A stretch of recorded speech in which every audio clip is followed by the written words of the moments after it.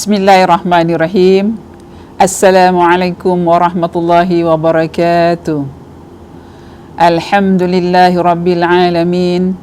Assalatu wassalamu ala ashrafil anbiya'i wal mursalin wa ala alihi wa sahbihi ajmain.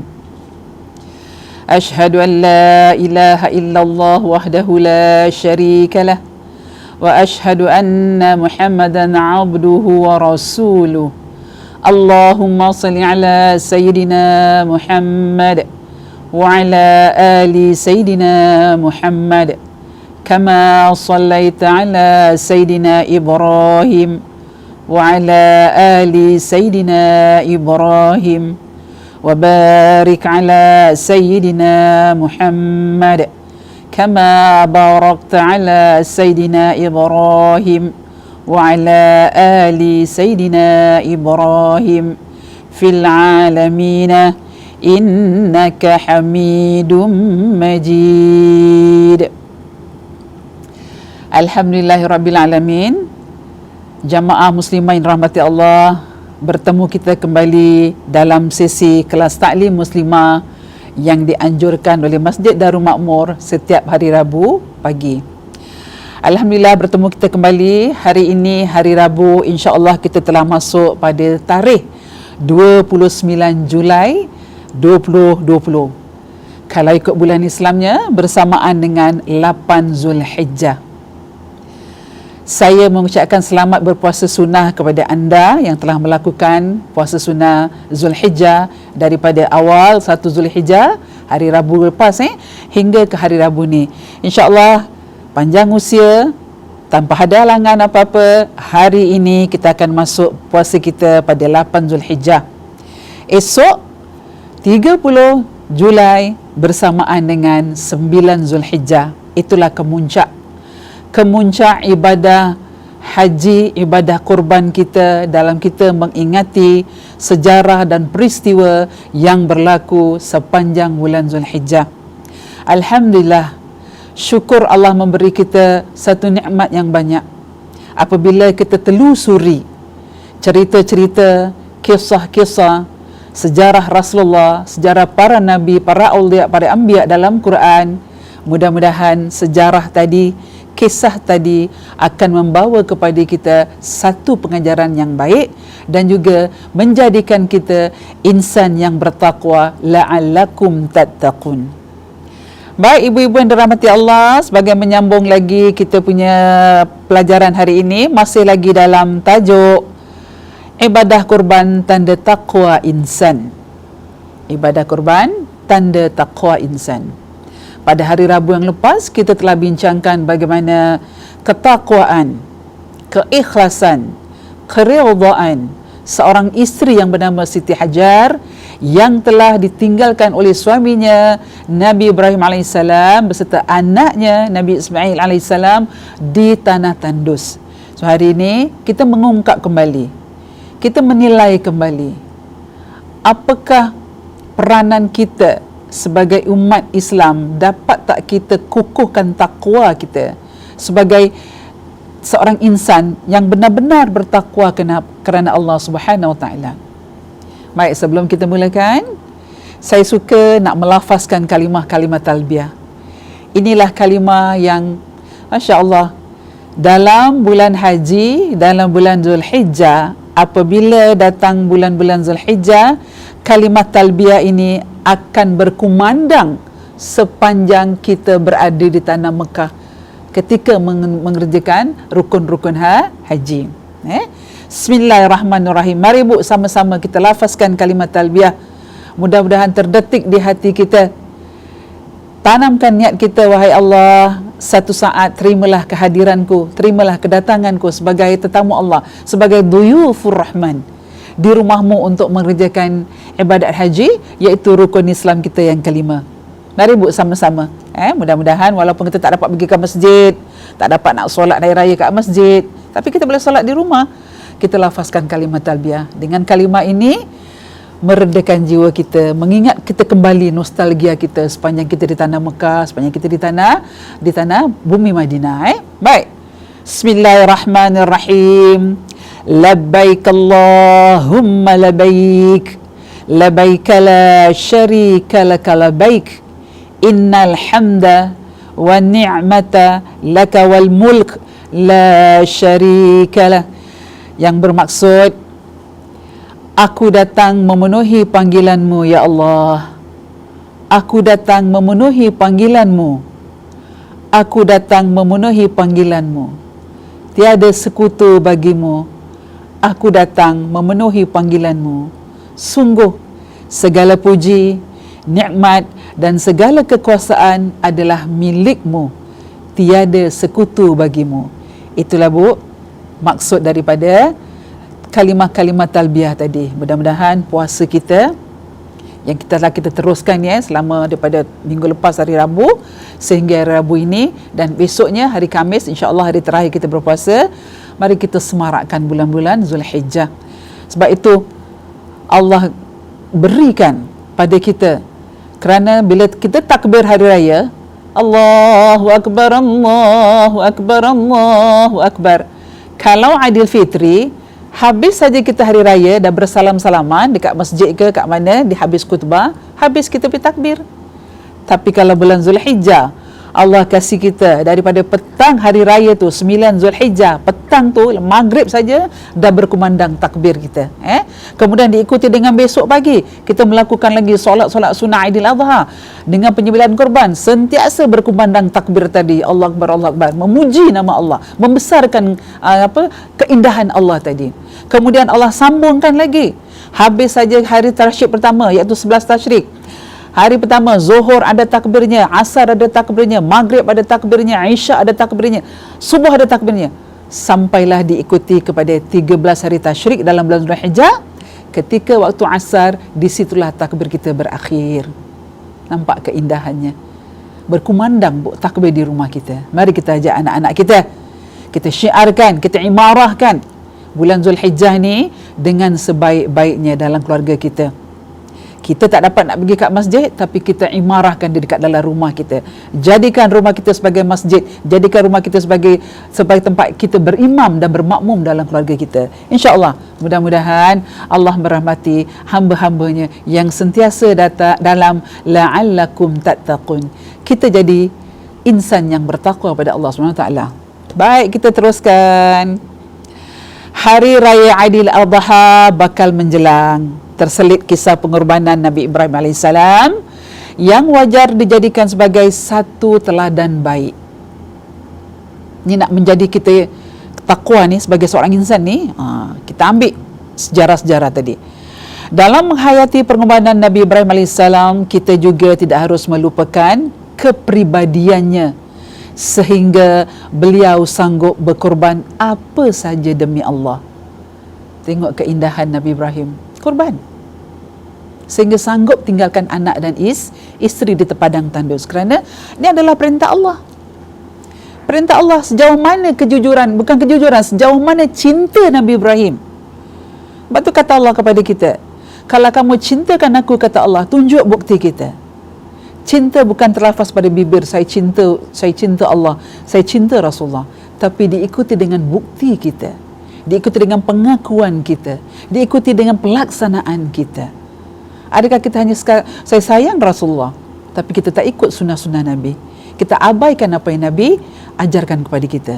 Kita belum termasuk lagi cinta kepada Nabi. Kalau itulah yang berlaku dalam diri kita. Baik, setiap syariat, hukuman dan perintah yang ditetapkan oleh Allah Subhanahu wa taala pastinya mempunyai tujuan dan matlamat tertentu, walaupun kadangkala ia agak berat atau sukar pada pandangan mata untuk dilakukan.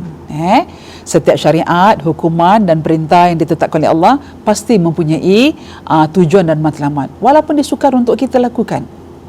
Tapi bila Allah tetapkan hukuman, Allah tetapkan perintah, pasti ada sebab. Kenapa? Sebagai contoh kita ambil, kenapa Allah larang kita memakan barang-barang yang haram?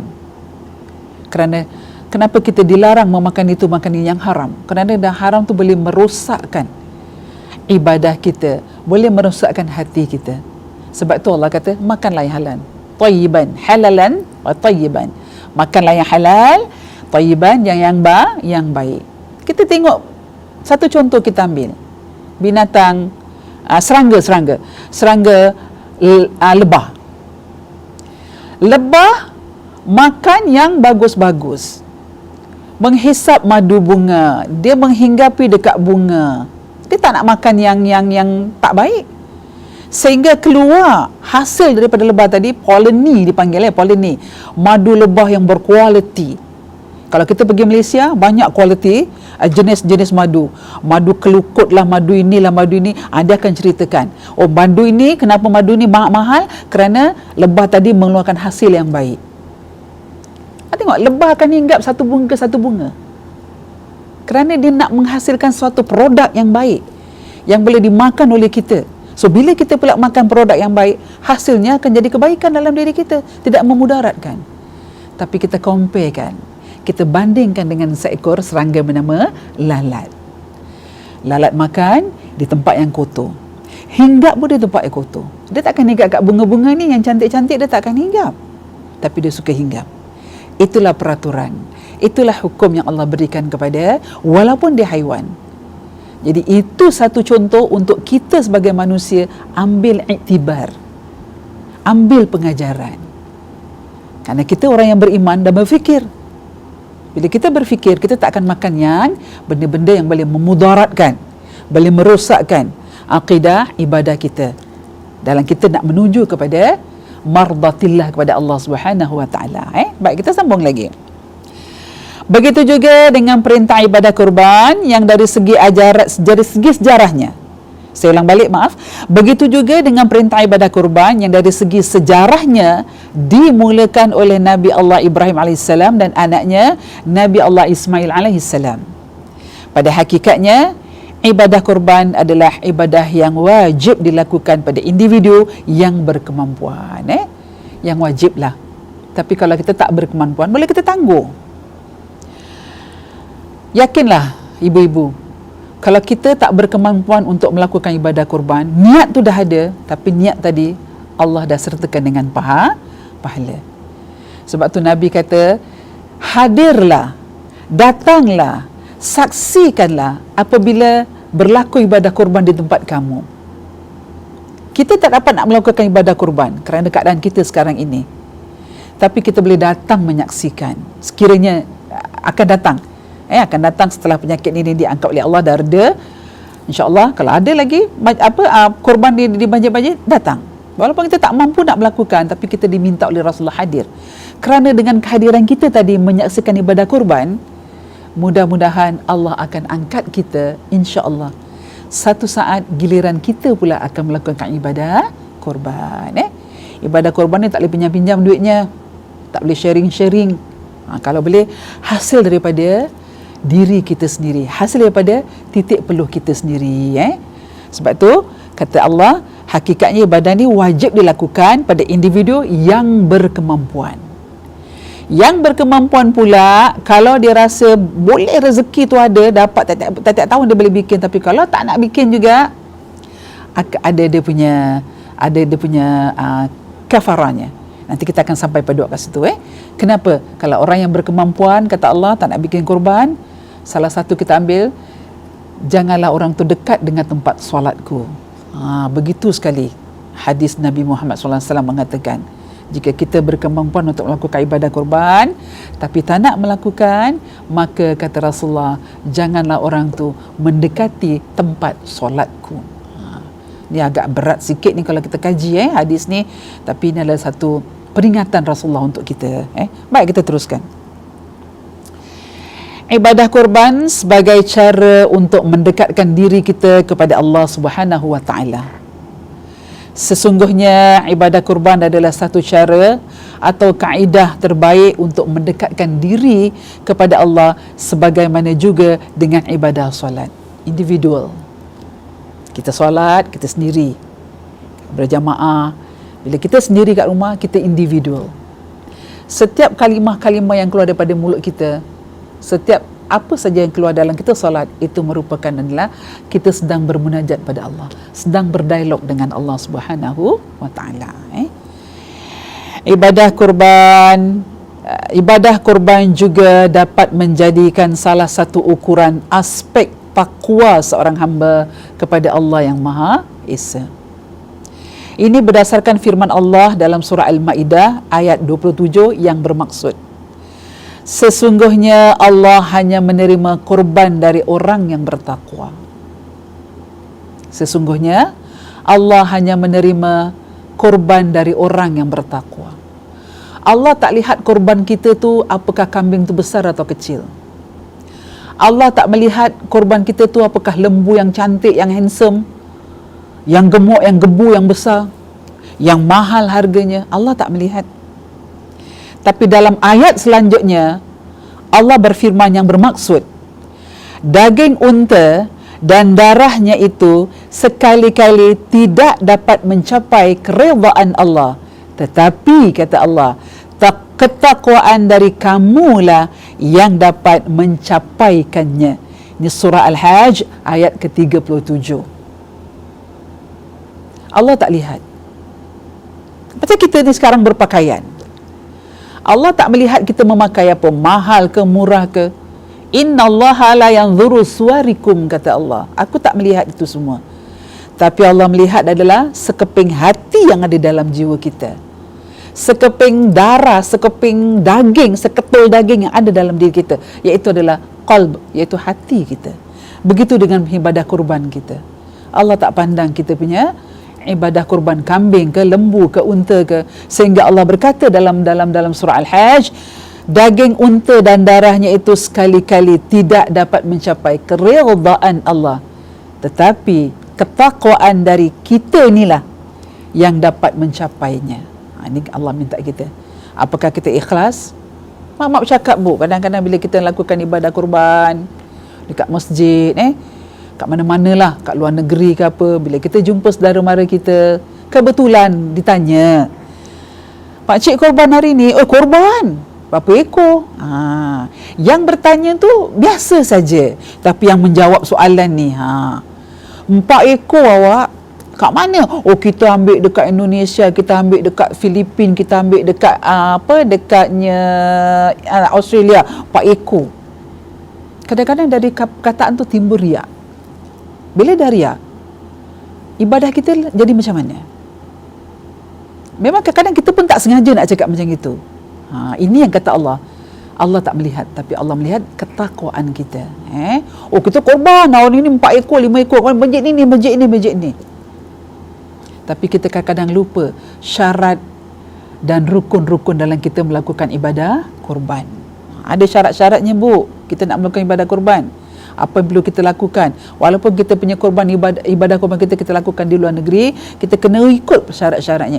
Ibarat seorang tu melakukan ibadah kurban, ibarat dia macam dekat tanah Arafah, sedang melakukan ibadah haji, sedang melakukan rukun-rukun haji, yang ada tak boleh berwangi-wangian, tak boleh berkata-kata, tak boleh macam nak menjeling-jeling mata, tak boleh nak memotong kuku, tak boleh nak memotong rambut. Kita kena jaga. Ibarat kita macam sedang melakukan kita di Arafah. Kena jaga tu. Kita melakukan ibadah kurban tadi. Baik, seterusnya. Pengakuan ketakwaan. Pengakuan ketakwaan. Sebagai pengakuan kepatuhan dan ketaatan kepada Allah Subhanahu Wa Taala. Kita nak cakap kita takwa, macam mana bentuk takwa tu? Kadang-kadang kita nak memberi sesuatu, nak benda sesuatu, ikhlas. Perkataan tu mudah kita lafazkan, ikhlas, tapi kadang-kadang nak melakukan tu agak berat. Inilah dia perkataan takwa. Jadi kita ambil dalam sejarah, dalam Quran ni, banyak kisah-kisah Rasulullah, kisah-kisah para anbiya, para nabi yang kita boleh dapat ambil jadi tauladan, jadikan contoh kehidupan kita. Kalau nak ikutkan para Rasulullah, para nabi dan rasul kat dalam surah Al-Quran ni, sejarah mereka, lagi hebat mereka punya dugaan, lagi hebat mereka punya ujian. Rasulullah sampai ke tanah Taif pernah dilempar oleh anak-anak kecil dengan najis-najis. Malah anak-anak kecil tu diajar oleh orang situ, oleh masyarakat Taif, kalau datang bernama Muhammad, cakap dia orang gila, orang gila. Begitu sekali bu, Nabi menerima cercaan, hinaan, lemparan kotoran Tapi Nabi tetap bersabar. Dibandingkan kita, Nabi Ibrahim alaihissalam, Allah minta dia berkorban anaknya untuk disembelihkan sebagai syiar dalam Islam, menunjukkan ketakwaan. Siapakah kamu lebih sayang, wahai Ibrahim? Akukah atau anak kamu? Ini Nabi Ibrahim menunjukkan cintanya kepada Allah luar biasa. Kita diuji sikit, kita dah mula marah. Tapi ujian para rasul zaman-zaman sebelum kita lagi hebat. Bagaimana Nabi Musa alaihissalam yang diburu oleh Fir'aun, bagaimana Nabi Saleh, bagaimana Nabi Ayub, bagaimana Nabi Yaqub yang ditimpakan, diuji oleh Allah, tapi kesabaran mereka sehingga nama-nama mereka termaktub, terabadi dalam Al-Quran sebagai hamba-hamba Allah yang saleh, yang tinggi ketakwaannya, yang tinggi kemurnian jiwanya kepada Allah Subhanahu wa taala. Mudah-mudahan kita sebagai hamba Allah, sebagai umat Nabi Muhammad, dapat lakukan ketakwaan kita sebagaimana yang termaktub sejarah nabi-nabi dalam Al-Quran. Baik. Dan bagi tiap-tiap umat yang telah kami syariatkan penyembelihan kurban, supaya mereka menyebut nama Allah terhadap binatang ternak yang telah direzekikan Allah kepada mereka. Maka Tuhanku ialah Tuhan yang Maha Esa. Kerana itu, berserah diri kamu kepadanya, dan berilah khabar gembira kepada orang-orang yang tunduk patuh kepada Allah Subhanahu wa taala. Yakinlah, kalau tadi Allah berkata Allah tak tengok unta dan darahnya, tapi Allah melihat bagaimana ketakwaan kita. Janji Allah, innaka la tukhliful mi'ad, janji Allah pasti tepat.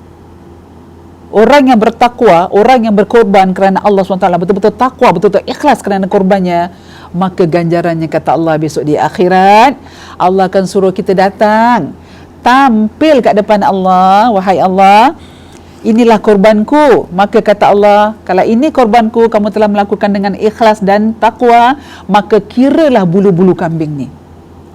Banyak mana bu kita nak kira bulu kambing tu? Banyak, tak terhitung. Kita akan cakap kepada Allah, wahai Allah, tak terhitung bulu-bulu kambing ni. Maka kata Allah, itulah pahala orang yang bertakwa apabila melakukan ibadah kurban dengan betul-betul ikhlas, keridaan Allah. Sehingga binatang kurban tadi, daripada tanduknya, daripada giginya, daripada bulunya, semua terhitung, daripada kukunya juga, semua terhitung sebagai pahala untuk Allah, daripada Allah Subhanahu wa taala. Masya-Allah. Alangkah indahnya, mudahnya kita nak cari pahala, tapi jangan mudah kita hancurkan pahala kita tadi. Baik, kita teruskan lagi. Sebagai penyaksian amal di hadapan Allah, ibadah kurban yang dilakukan dengan penuh ketaatan, ketakwaan dan keikhlasan akan mendapat ganjaran besar serta berlipat ganda dari Allah Subhanahu wa taala. Kalau saya tanya, ibadah kurban kita ni boleh tak kita kurbankan ayam?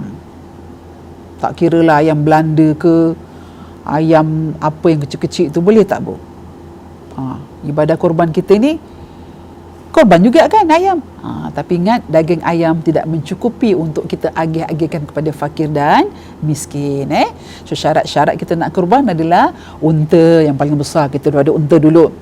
Lepas unta, kita turun ke bawah kepada lembu. Kalau unta tak dapat, kat Singapura tak ada unta, dekat Singapura pun tak ada lembu, kita turun ke bawah lagi, kambing. Ini kambing ni lah yang mudah kita dapatkan di Malaysia ke, di Indonesia ke, di Australia ke. Tapi kalau dua ni, unta dan lembu, memang jarang kita dapatkan. Maka Allah permudahkan kita dengan haiwan bernama kambing, yang mudah kita dapat. Allah tak cakap yang keempat adalah ayam, kerana daging ayam tu bila kita dah timbangkan untuk diagihkan kepada fakir miskin, memang tak mencukupi. Satu ekor ayam kalau kita beli kat pasar, Pak Ji potong 12. Pak Ji potong 12. Satu ekor potong 12. Belum potong 16 lagi. Kalau potong 16 dah jadi hancur daging tadi. Ni potong 12.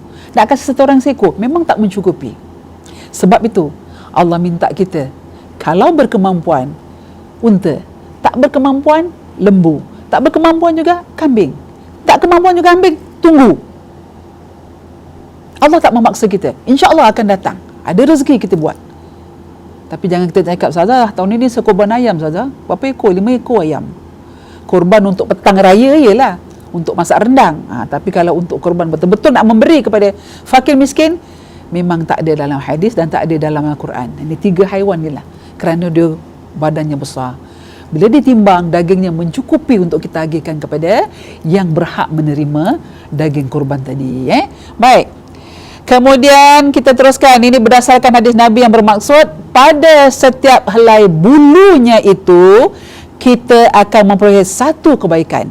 Hadis riwayat Ahmad dan Ibnu Majah. Tadi saya katakan, setiap pengorbanan yang kita lakukan, haiwan tadi, Allah melihat daripada bulunya, kukunya, sehingga ke tanduknya. Itu semua ada pahala untuk kita. Selain itu, pada hari akhirat kelak, binatang yang kita korbankan itu akan menjadi saksi terhadap amalan ketaatan yang dilaksanakan. Akan menjadi saksi amalan ketaatan yang kita laksanakan di muka bumi tadi. InsyaAllah. Baik, seterusnya. Firman Allah dalam surah An-Na'am ayat 162 dan 163 yang bermaksud, katakanlah, sesungguhnya solatku, sembelihanku, ini korbanku, hidupku dan matiku hanyalah untuk Allah, Rabb semesta alam. Tiada sekutu baginya, dan demikian itulah yang diperintahkan kepadaku, dan aku adalah orang yang pertama-tama menyerahkan diri kepada Allah. Ni, bagaimana Allah beri ayat ni kepada setiap Nabi. Kemudian Nabi menyerahkan dirinya kepada Allah Subhanahu Wa Taala. Menerusi ajaran dan ibadah Nabi Allah Ibrahim alaihissalam, ibadah korban yang kita lakukan adalah sebagai lambang penerusan ibadah Nabi Ibrahim serta penerusan kekuatan keyakinan kepada Allah Subhanahu Wa Taala, sebagaimana yakin dan taatnya Nabi Ibrahim alaihissalam serta anaknya Nabi Allah Ismail alaihissalam dengan perintah dan suruhan Allah Subhanahu Wa Taala. Jamaah muslimah yang rahmati Allah, bayangkan anak kecil yang sedang berusia 5 hingga 7 tahun lah ketika itu Nabi Ismail alaihissalam diminta untuk korban. Nabi Ibrahim duduk berbual, wahai anakku, aku telah bermimpi untuk perintah Allah agar kamu dijadikan korban. Anak kecil tadi, kalau anak sekarang kita tengok cucu kita, anak kita umur 7 tahun dah duduk dekat P1 kan, primary 1 ataupun nursery, K2 nak masuk Darjah 1, sedang lucu-lucu bermain. Tapi Nabi Allah Ismail alaihissalam ketika itu mengatakan kepada ayahnya, wahai ayah, kalau ini perintah Allah, laksanakan. Kalau ini perintah Allah Subhanahu Wa Taala, laksanakan. Aku bersedia. Masya Allah, Bu. Satu jawapan yang daripada anak kecil yang bukan jawapan lah sebenarnya, tapi dia boleh keluarkan jawapan tu untuk mentenangkan hati ayahnya tadi, Nabi Ibrahim alaihissalam. Ini yang saya katakan ketakwaan dua anak ni tadi, dua beranak, bapa dan anak. Apabila ditambah lagi dengan kata seorang ibu yang bernama Siti Hajar, menambahkan lagi ketakwaan ni, memuatkan lagi iman Nabi Ibrahim alaihissalam. Inilah perintah Allah yang harus dilaksanakan. Seorang anak boleh berkata begitu, jika ini perintah Allah, wahai ayahku, laksanakan. Aku bersedia. Masya Allah. Baik, seterusnya, korban yang paling baik. Macam mana korban yang paling baik? Korban adalah perbuatan melepaskan satu perkara yang disenangi untuk tujuan yang lebih mulia. Korban adalah perbuatan untuk melepaskan satu perkara yang kita senangi untuk kepada tujuan yang lebih mulia. Macam saya katakan minggu lepas, kalau kita sayang pada seseorang, kita ada satu hadiah kecil yang kita nak berikan supaya dia mengingati hadiah kita. Benda tu mahal, memang dia evergreen lah, memang benda tu legend buat kita, tapi betul-betul kita sayang, tapi oleh kerana kita sayang orang ni, kita kasih pada dia. Itu melepaskan. kita korbankan hadiah yang kita miliki tadi, yang mahal tadi, yang betul-betul dia ada kenangan dalam diri kita, nostalgia, tapi kita sanggup beri kepada orang tadi kerana hubungan kasih sayang. Ini tadi maksud korban, melepaskan perkara benda yang kita senangi untuk sesuatu tujuan yang mulia.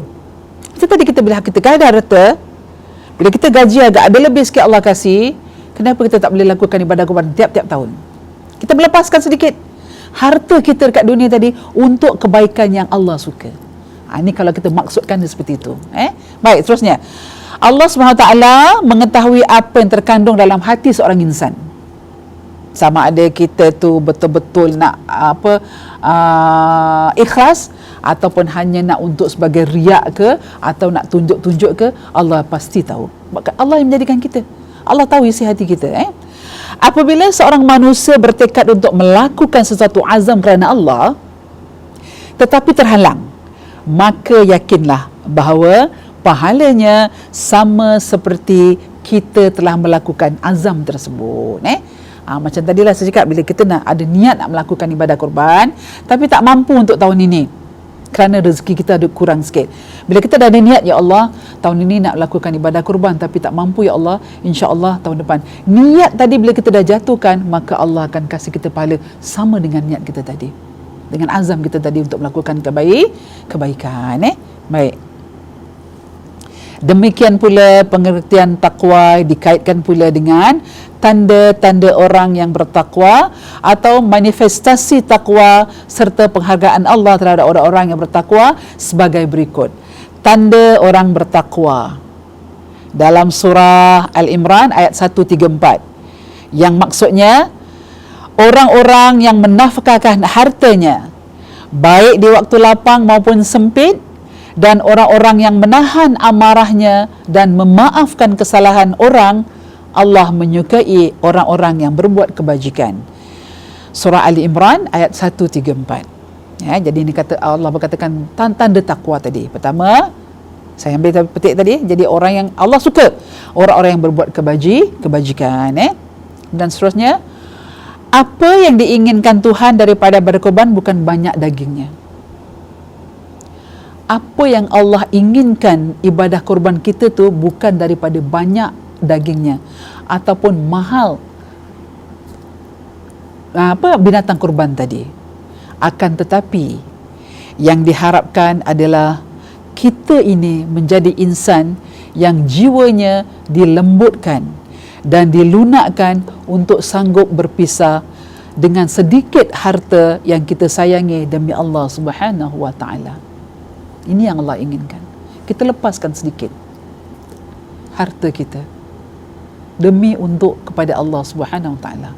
Yakin muslimah yang dirahmati Allah, bila kita membuat pengorbanan sesuatu kerana Allah, niat kerana Allah, ikhlas kerana Allah, bila kita korbankan seekor kambing tu dengan harga $400 lah, katalah $400 seekor kambing.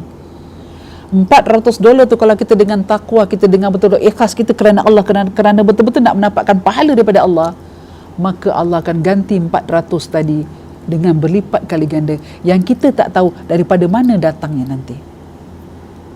Pasti Allah akan kasih. Ibarat kita bulan puasa, kita sukakan bila datang bulan Ramadan, kita suka kasih jiran-jiran makanan. Kita memberi jiran tak mengharapkan balasan kan? Bila kita menghantar makanan waktu nak berbuka puasa, kita akan cakap dengan jiran kita, Kak Ja, inilah juadah hari ini untuk berbuka, tak payah balas-balas Kak Ja. Kita akan cakap macam itu kan? Tak payah balas-balas, kebetulan kita masak ni ada lebih, kita kasih. Tapi jiran kita tu memang jiran yang baik, dia akan balas juga, walaupun sedikit, walaupun sepiring dia kasih. Ini kata Allah, bila kita memberi makan kepada orang yang berpuasa, ganjarannya balik kepada kita berlipat kali ganda. Kalau hari ini kita hantar satu piring, tak mustahil besok lusa Allah akan menghantar juadah tadi dengan berpiring-piring. Kita pun sampai terperanjat, banyaknya hari ini juadah berbuka. Orang ni kasih, jiran ni kasih. Begitulah dengan kita melakukan ibadah kurban. Jangan nilaikan dengan harga duit tadi, 400, 500 harganya, tapi nilailah ketakwaan kita di sisi Allah Subhanahu wa taala. Baik, kemudian pendek kata, ketakwaan adalah kompas kebaikan yang perlu ada pada kita, sama ada kita sedang beribadah bekerja, belajar dalam keadaan seorang diri maupun bersama orang-orang ramai. Ni takwa tadi sampai diartikan sebagai kompas, petunjuk. Kita nak solat di luar negeri, kita nak bermusafir di luar negeri, tak tahu arah kiblat, tak tahu matahari terbit daripada mana, kita gunakan kompas. So kompas tu sebagai alat, sebagai takwa dalam diri kita untuk kita menjadi seorang yang betul-betul jadi insan yang bertakwa kepada Allah Subhanahu wa taala. Baik, seterusnya, daging dan darah binatang kurban itu sekali-kali tidak akan sampai kepada Allah, tetapi yang sampai kepadanya adalah ketakwaan kamu. Demikianlah dia memudahkannya dan kamu supaya kamu membesarkan Allah atas hidayahnya kepada kamu, dan sampaikan khabar gembira kepada orang-orang yang berbuat kebaikan, dalam surah Al-Hajj ayat 37. Kemudian akhir kata dari saya sebagai penutup kelas ni, dua minggu kita mengadakan kelas bab insan takwa. Akhir kata, marilah sama-sama kita muhasabah diri untuk manfaatkan kelebihan rezeki yang Allah beri kepada kita. Mudah-mudahan kita melaksanakan ibadah korban dengan laksanakan ibadah yang betul-betul takwa kepada Allah. Mudah-mudahan dengan ibadah korban yang kita lakukan itu, rezeki kita semakin bertambah berkat dan dijauhi daripada segala maksiat serta malapetaka. Semoga ibadah korban dan amal kebajikan yang kita lakukan atas dasar keikhlasan dan ketakwaan kepada Allah Subhanahu wa taala diterima dan mendapat ganjaran pahala yang berlipat ganda daripada Allah Subhanahu wa taala. Mudah-mudahan. Kemudian bila kita melakukan ibadah korban, tadi saya cakap jangan kata riak, tapi ingatlah niat kerana Allah Subhanahu wa taala, dan mudah-mudahan dagingnya tadi dapat dinikmati oleh orang-orang yang berhak menerima daging tadi. Baik, saya doakan mudah-mudahan kita teruskan lagi ibadah puasa sunnah kita. Hari ini bersamaan dengan 8 Zulhijjah, kita ada lagi satu hari besok, hari kemuncak, iaitu 9 Zulhijjah, di mana saudara mara kita yang dapat mengerjakan ibadah haji akan berwukuf di Arafah dan melakukan ibadah-ibadah yang paling besar di Arafah, dan menuju ke Mina dan juga Muzdalifah. Di sini kita melafazkan talbiyah kita. Jadi saat kita melihat sahabat kita di sana, jangan lupa labbaik Allahumma labbaik. Dengan kalimat-kalimat ni Ibu, mudah-mudahan Allah akan mendatangkan kita, Allah jadikan kita sebagai hamba Allah, duyufur Rahman, yang dipilih oleh Allah untuk datang ke rumahnya di Baitullah Al-Haram. Baik, saya doakan sekali lagi, saya ucapkan selamat berpuasa. Jangan lupa besok hari terakhir, jangan nak kacau-kacau dodol, jangan nak masak-masak wajib. Hari Arafah tu kita ambilkan 9 hari betul-betul kita berpuasa. Kalau puasa 6 di hari raya puasa 6 di hari raya Aidilfitri kita tak dapat, sekarang hari raya haji kita ambil peluang. Inilah masa, anggaplah setiap perbuatan yang kita lakukan pada hari ini, inilah yang terakhir. Belum tentu dapat jumpa besok, lusa dan akan datang. Setiap kali itu saya tanamkan dalam diri saya. Apa saja perbuatan yang saya lakukan, ya Allah, hari ini aku melakukan, seperti saya sekarang ni sedang berdigital. Inilah kali terakhir. Kita tak tahu sebentar lagi akan berlaku apa. Sebab nyawa kita sekarang bukan nak pergi ke one way, dah nak pergi ke U-turn, dah one way sekarang. Bila-bila Allah boleh ambil nyawa kita. Jadi sebelum Allah mengangkat nyawa kita, biarlah kita dalam keadaan yang penuh kebaikan dalam beramal kepada Allah Subhanahu wa taala. Akhir kata dari saya, selamat menyambut Hari Raya Aidil Adha. Selamat meneruskan ibadah puasa sunnah kita, dan mudah-mudahan pada pagi hari raya kita sama-sama dapat melakukan ibadah solat sunnah Aidil Adha di rumah kita. Jadikan suami kita sebagai imam dan kita sebagai makmum, buka radio, dengarkan kita punya khutbah Aidil Adha daripada mufti kita untuk sama-sama ibarahkan syiar Allah dalam bulan Zulhijjah. Akhir kalam dari saya. Jumpa lagi insya-Allah. Kita tutup dengan tasbih kafarah dan surah Al-Asr. Bismillahirrahmanirrahim. Subhanakallahumma wa bihamdika asyhadu an la ilaha illa anta astaghfiruka wa atubu ilaik. Bismillahirrahmanirrahim. Wal 'asri innal insana lafi khusr illa alladhina amanu wa 'amilus salihat wa tawassaw bil haqq wa tawassaw bis sabr. Sadaqallahul azim. Assalamualaikum warahmatullahi wabarakatuh. Ingat, jauh di mata, dekat di digital. Sekian dan terima kasih.